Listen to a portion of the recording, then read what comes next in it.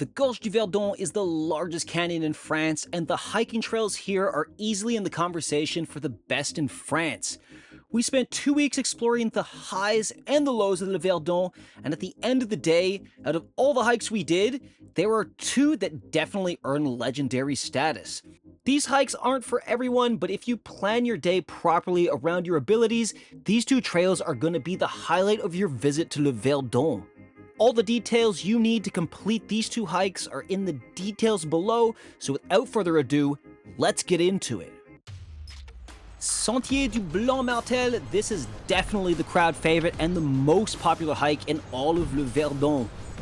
It's a one-direction hike that starts by going down immediately all the way down to the river, and then you slowly gain some elevation while making your way back to the end of the 16-kilometer trail. There's two fantastic ways of doing this hike. Number one is that you park at the end of the hike, getting a taxi for 10 euros per person that brings you to the beginning, or you can hitchhike back. It is quite common in the area and still a very safe place to do so. We would have never thought to do that, but we did pick up a park ranger on our first day in the area, and he's the one who explained that that was a great way to do this hike. Why the Blanc Martel is so popular is that it is literally littered in awesome features. This staircase for me is by far well worth the outing, and getting to these features is pretty easy because the hike itself is not that difficult. You gotta make sure you have a great pair of shoes like always, but get the poles. I see too many people who don't have poles. I don't know if they think it makes them look not cool, but you gotta get the poles. It'll help save your knees and make things a little bit more safe.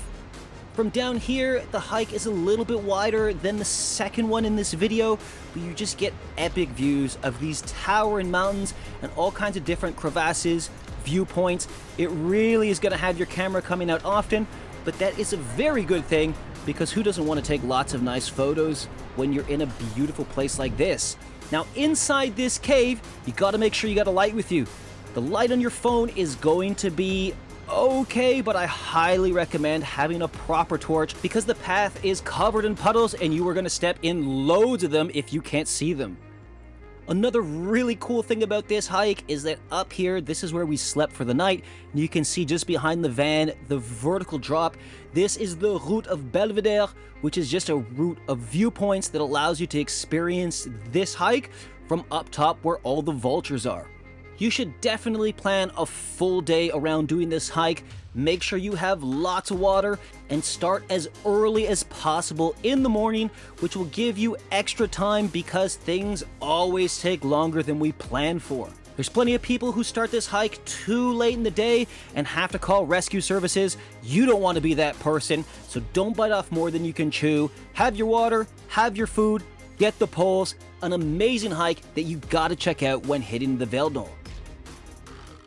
Now, if you want to up the difficulty level just a little bit, but also amplify the beauty, the Sentier de l'Imbu, in my opinion, isn't just the best hike in Le Verdon, but the most beautiful hike in all of Provence. The hike starts from the opposite side of the Sentier Blanc Martel and works the same way. You gotta go all the way down to the river inside the canyon, except this one can be completed as a loop and you're going the opposite direction, going downstream with the river.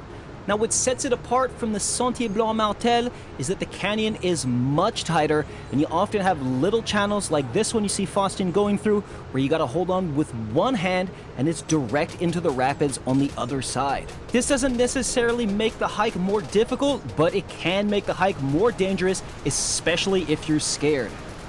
What does make the hike more difficult, however, is that you gotta go all the way back up to the top at the end. That's all fine and dandy, but you're going to be spending some energy in the bottom before you do the big ascent at the end of your hike, and that can prove problematic if you bite off more than you're able to do. So this one, I suggest even more than the Sentier Blanc Martel to go as early as possible. Keep an eye on the watch and keep an eye on your energy levels because you do have a pretty big ascent on the way up. But the best part is that ascent is actually one of my favorite parts of this entire hike. We really didn't expect it to be this good when we came down. The amount of caves, and especially these little channels that you go across, they got a nice rail that goes all the way around. You can see you always have something to hold on to, even though Yeah, you take one slip to the right and it can be a shortcut to Jesus.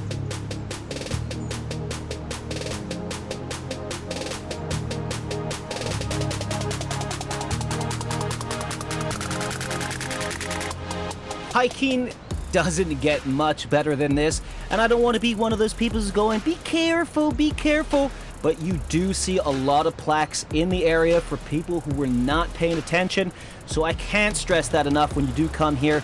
Just make sure that you're paying attention to what you do, stop, take your photos when you have the moments, and remember, it is not a race. Everybody does their own hike at their own speed. What I do like about this hike as well is that it just kind of seems to get better as you go on. You get to one corner and you're like, wow, that was ridiculous. And then you turn the corner and your jaw just gets dropped all over again.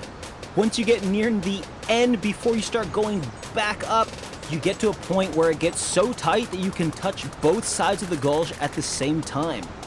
Without the help of this 360 camera, I don't really know how I would have filmed most of this because you just don't really know which way to look because there's just literally something 360 degrees around you at all times.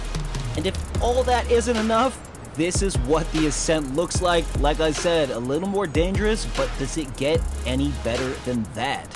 We hope you guys enjoyed these hikes as much as we did, and if you need a little extra push to go, just remember, adventures don't happen at home.